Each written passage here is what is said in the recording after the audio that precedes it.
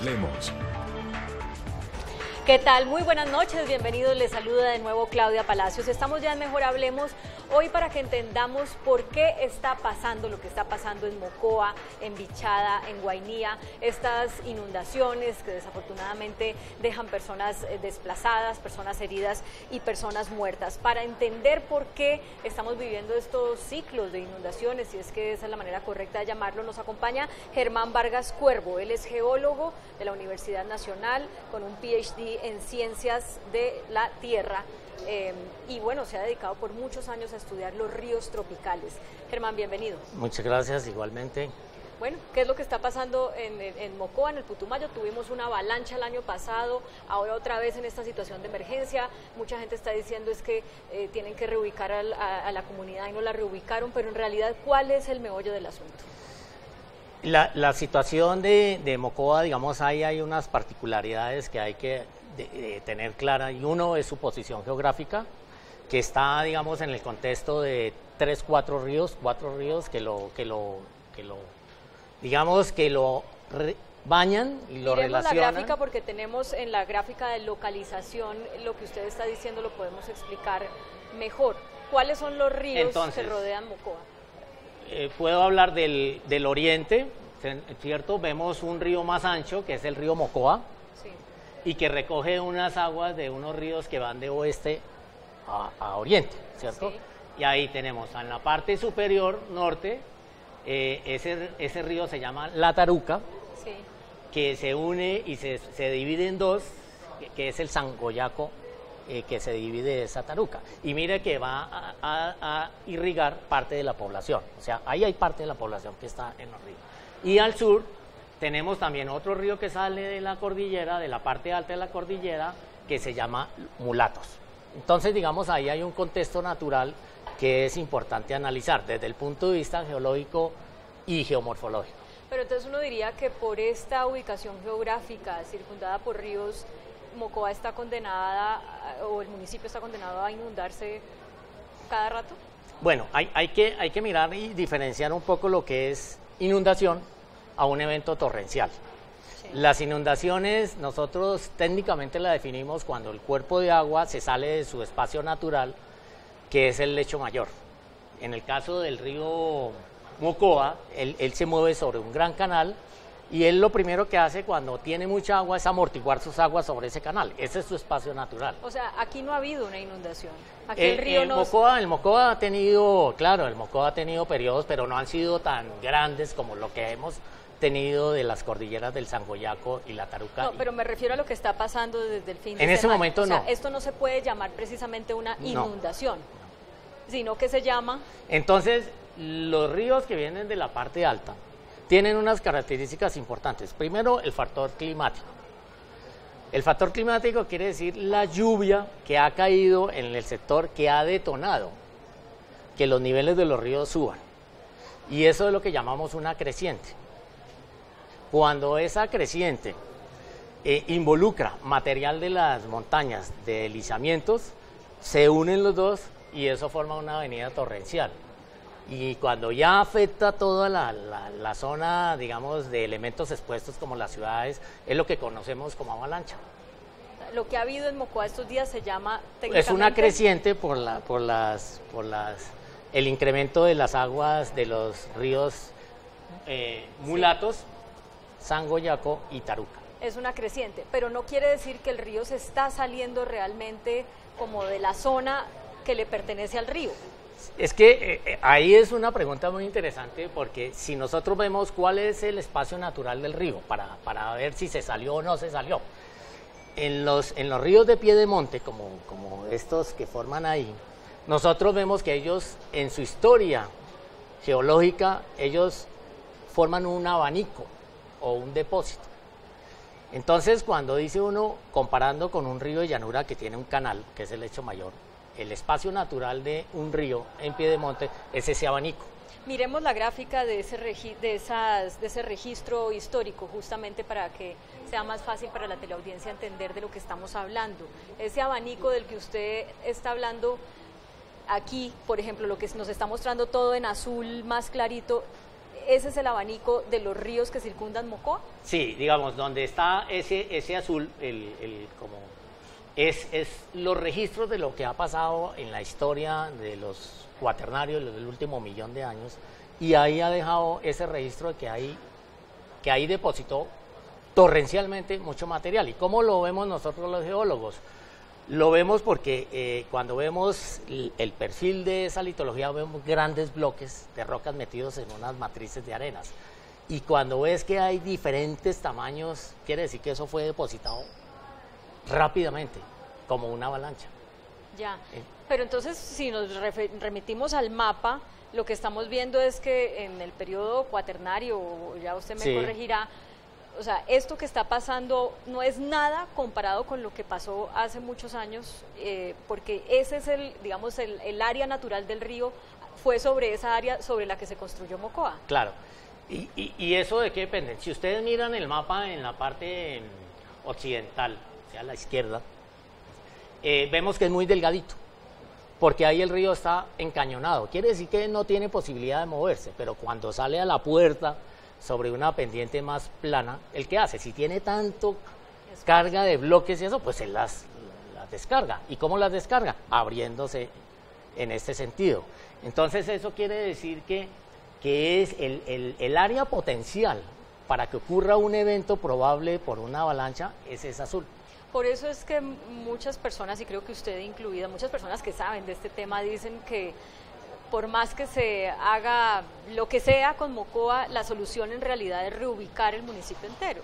Es importante mirar lo que es la amenaza, que es esa probabilidad de que ocurra un evento de esa magnitud, y la amenaza en Mocoa es alta. La probabilidad de que ocurra un evento de magnitudes diferentes. Podemos mirar, por ejemplo, lo que pasó el año pasado. Sí, hagamos esa comparación, miremos el mapa de la avalancha. Y comparémoslo 2017. con este que es el área potencial. El área potencial de avalancha. O sea, termina siendo lo que pasó el año pasado, muy pequeñito con respecto a lo que realmente puede llegar a pasar. Digamos que ese es el evento, podemos hablar de un 10-15% de lo que es su espacio natural. O sea, esto que estamos viendo aquí como en fucsia, en rosadito, fue la avalancha del año 2017. 2017. Y lo que estábamos viendo antes en ese azul que sombreaba casi todo el municipio es lo que puede llegar a pasar con el potencial de ríos que es el área donde él en cualquier momento puede afectar. Digamos, no pensemos en que un evento llegó y abordó toda la zona, pero quiere decir que en cualquier momento, si es más fuerte, puede ir avanzando hasta cubrir esa parte. Entonces vuelvo y le hago la pregunta, desde el punto de vista científico, que es el suyo, que ha estudiado esto por tantos años, ¿lo recomendable sería reubicar Mocoa? Sí, digamos, el punto ahorita de mitigación y tomar decisiones, somos conscientes y claros que los trastornos de reubicación de una población son de muchos años, sociales, económicos, físicos, en cuanto a eso.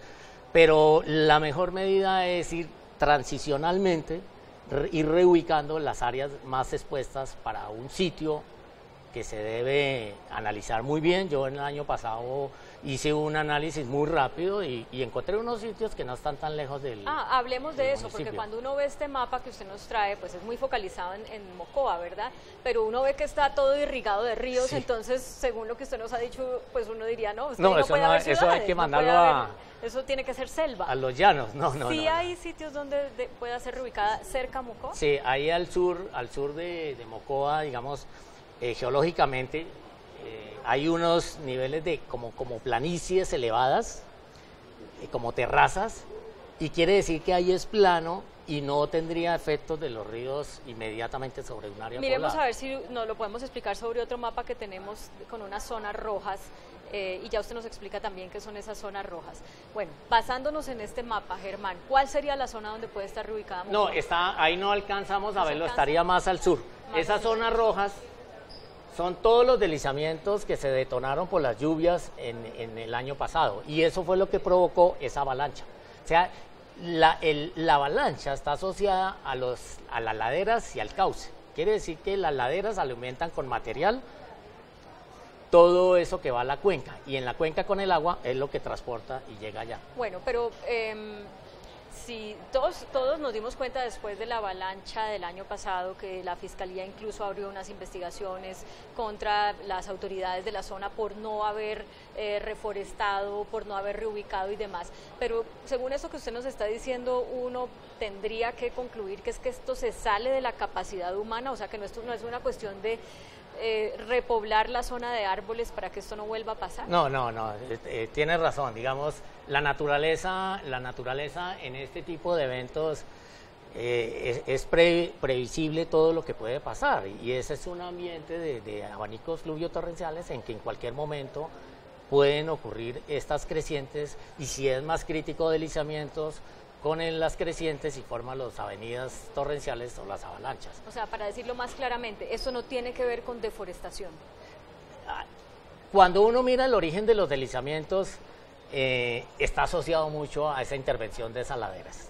Entonces, o sea, la tala de árboles en las laderas de esos ríos en la parte alta. Hay unos procesos que nosotros identificamos, que es que donde hubo esa tala de árboles, los suelos empiezan a moverse.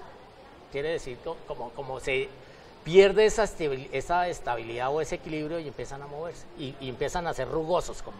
Y una vez que llueve tanto, detonan todos estos deslizamientos que vimos, detonaron sobre esas áreas.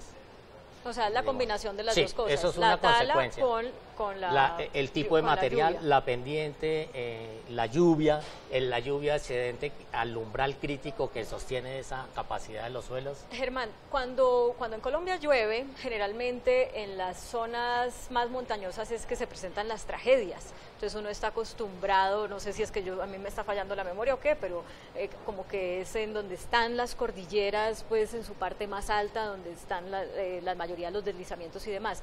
No estamos tan acostumbrados los colombianos a oír de avalancha en Mocoa, en Bichada, en Guaviare, que son zonas pues más planas. Planas, sí. ¿Por qué estas lluvias están afectando las zonas planas más que las zonas montañosas?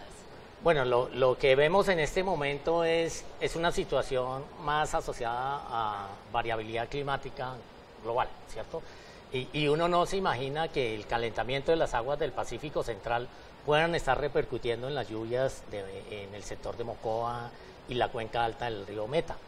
Entonces, ¿qué pasa? Cuando hay un niño, que todos lo asociamos con sequía, mucho sol, el efecto es contrario sobre las áreas de piedemonte. Y ahí entonces hemos visto los mapas con el meteorólogo, el profesor Pavón, y ahí están ocurriendo en ese momento lluvias por encima de lo normal. Entonces, ¿qué pasa? Que llueve tanto y sobrecarga las cuencas altas, y esas cuencas altas terminan en las planicies, como en Puerto Carreño, ¿cierto?, que recoge todo el Meta, y allá se va a ver el proceso de inundación. Te aclaro una pregunta que hiciste y me parece muy importante. El comportamiento de los ríos es muy diferente en cordillera que en llanura. En llanura tienen unos espacios más amplios. En cordillera, como su espacio natural es muy encajonado por los cañones, él solamente vierte eso es cuando sale a las zonas más planas, y por eso forma los abanicos. En llanura, como en el Meta, ya en Bichada, el río necesita más espacio para moverse, y su lecho mayor, que llamo su canal natural, donde él se mueve y amortigua aguas, es de 8-9 kilómetros. Pero lo que pasa en Puerto Carreño es que el río, por la formación rocosa de la Guyana, se estrecha. Entonces es como si pusiera un medio taponcito ahí y los niveles suben más. Pero entonces, hablando en términos de cómo se deben construir las ciudades y dónde sí y dónde no debe haber ciudades, uno pensaría o debería concluir que en las zonas más montañosas no es tan grave que las ciudades estén cerca a los ríos, mientras que en las zonas de llanura sí, porque en el momento en que el río busca su espacio, pues es el espacio a 8 kilómetros incluso de la ribera del río. Claro, es que nuestra historia de las fundaciones de las poblaciones viene de entre más cerca al río mejor, porque tengo todo disponible. Y eso digamos, hace 500 años que empezaron a formarse todas las grandes ciudades en Colombia. Tenemos un índice muy alto de poblaciones que quedan en el borde del río, pero ese borde muchas veces está dentro del lecho mayor del río. Entonces, en cordilleras, ¿qué pasa? Vemos el caso de las poblaciones del Bajo Cauca, Tarazá, todas las que se vieron en riesgo ahorita con Hidroituango. Entonces Puerto Valdivia está metido dentro del cañón del río, entonces cualquier subida del río va a afectar. Pero entonces es igual de grave construir cerca al río, tanto en cordillera como en planicie. Uy, es mucho peor, pensaría, en cordillera porque los eventos son más repentinos, más torrenciales. En llanura, digamos, da más tiempo que vaya subiendo el agua. Ya la da gente más tiempo que la gente se vaya. Ya sabe cuánto se desborda y cuándo no. Bueno, vamos a hacer una pausa para comerciales, Germán, pero al regresar a Mejor Hablemos continuaremos con sus enseñanzas para entender entonces, ¿usted qué viene diciendo esto desde hace cuántos años? ¿30 años? ¿Hace cuánto está estudiando los ríos? Los ríos sí, desde que me formé como profesional ya hace más de 25 o 30 años. Sí, le habíamos quedado de hablar, Germán, de por qué Colombia está en esta situación cuando tenemos profesionales como usted que llevan más de 20 años advirtiendo sobre estos fenómenos, sobre cómo se comportan los ríos, sobre entonces dónde se puede construir y dónde no se puede construir. ¿Qué es lo que ha pasado que, al menos desde las políticas públicas, esto que ustedes dicen no queda registrado o no se actúa en consecuencia? Sí, yo creo que el común de las personas dicen, bueno, si es tan sencillo de determinarlo, ¿por qué está pasando y por qué no hacemos mayor cosa? Digamos, nuestras bases de conocimiento en el estudio de ríos tropicales y comportamiento, yo creo que ha avanzado mucho y tenemos ya muy buenos criterios para que sean usados en planificación y en ordenamiento territorial.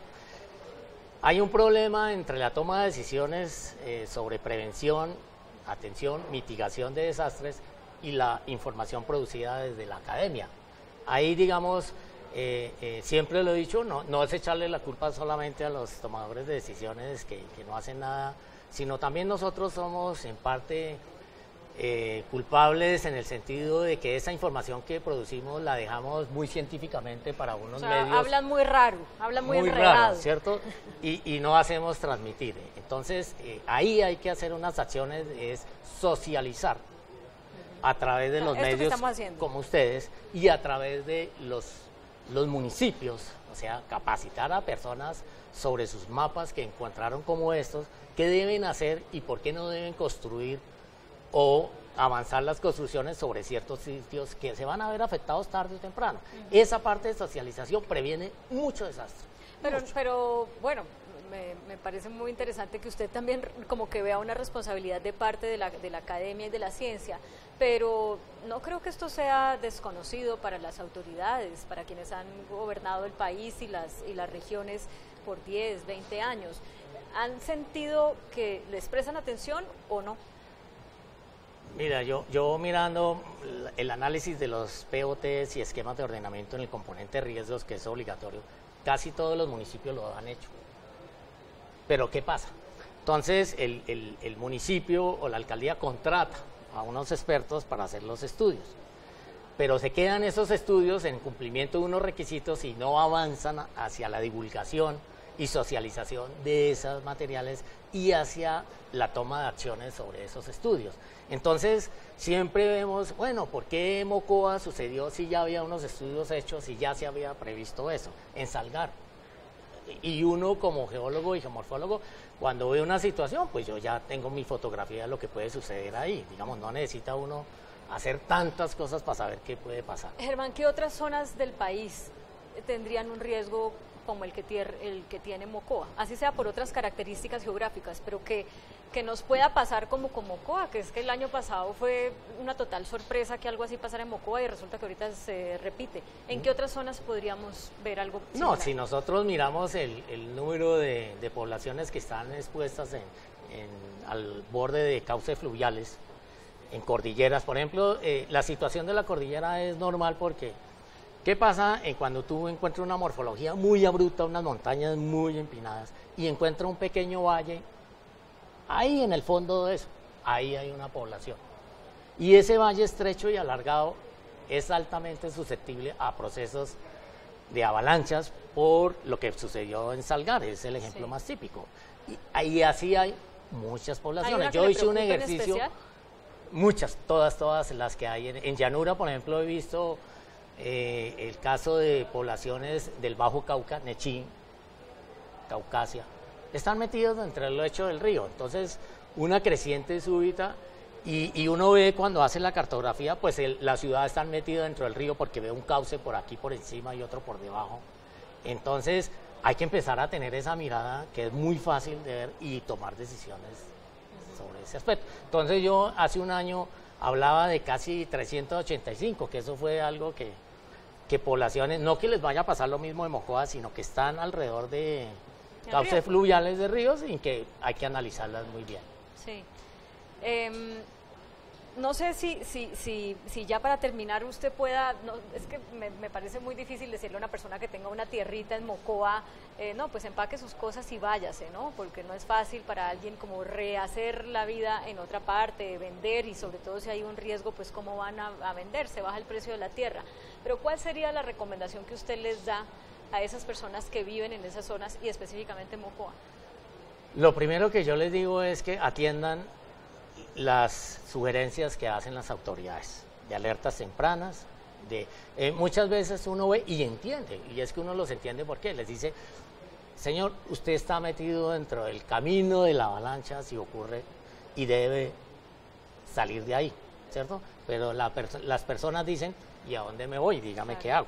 Entonces, eso lo puedes hacer con una persona, pero cuando hay miles de personas, Mocoa tenemos más o menos en el último censo del 2005 alrededor de 25.000 personas y muchas las más, pero hay que priorizar, ¿cierto? Como siempre es con cuáles tomo las acciones más inmediatas, las que están, hablábamos de la ronda no aplica para ríos y mucho menos los ríos de Piedemonte, porque la distancia de los 30 metros, como vimos el abanico, no aplica, puede ser todos los que estén ahí y cuando vemos la ciudad, pues el 95% de la ciudad está metida ahí. Entonces, hay que hacer ellos les recomiendo es, soliciten la divulgación que deben hacer en las alertas tempranas, a dónde debe irse. Ya funcionó, en estos días funcionó y mucha gente, por eso no hubo muertos, pérdidas materiales muchas, pero muertos no, y eso es lo más importante.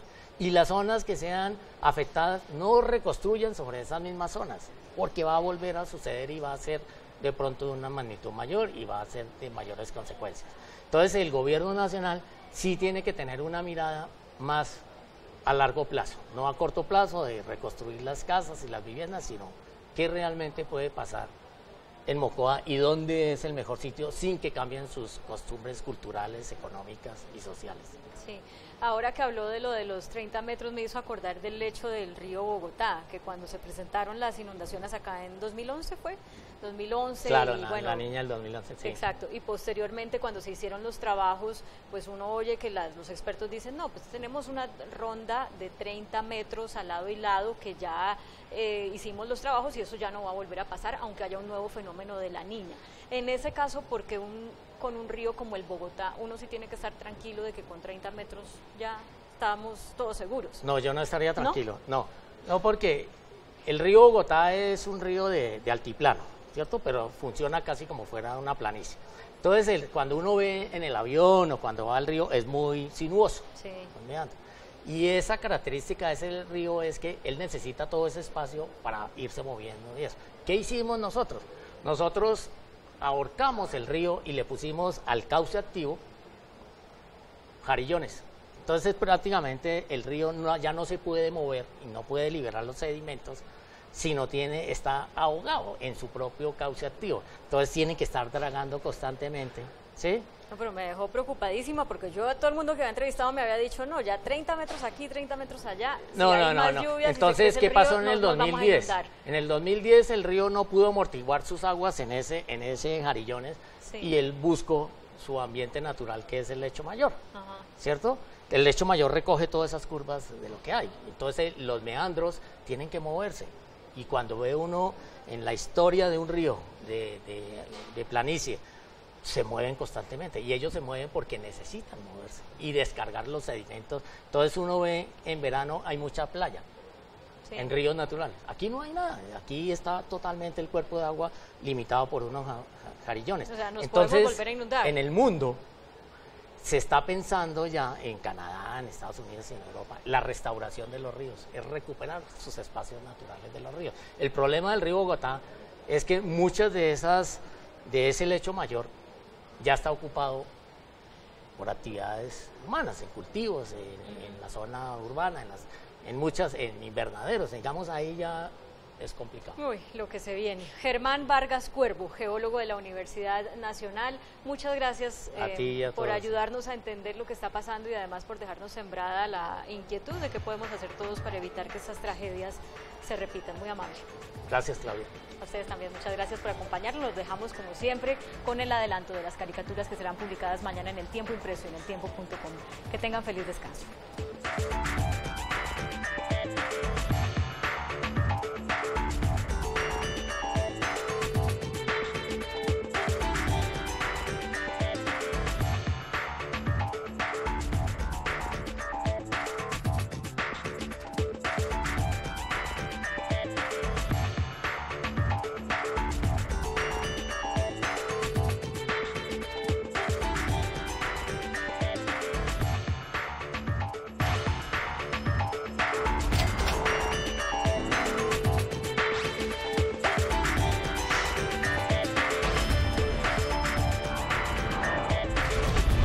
Mejor hablemos.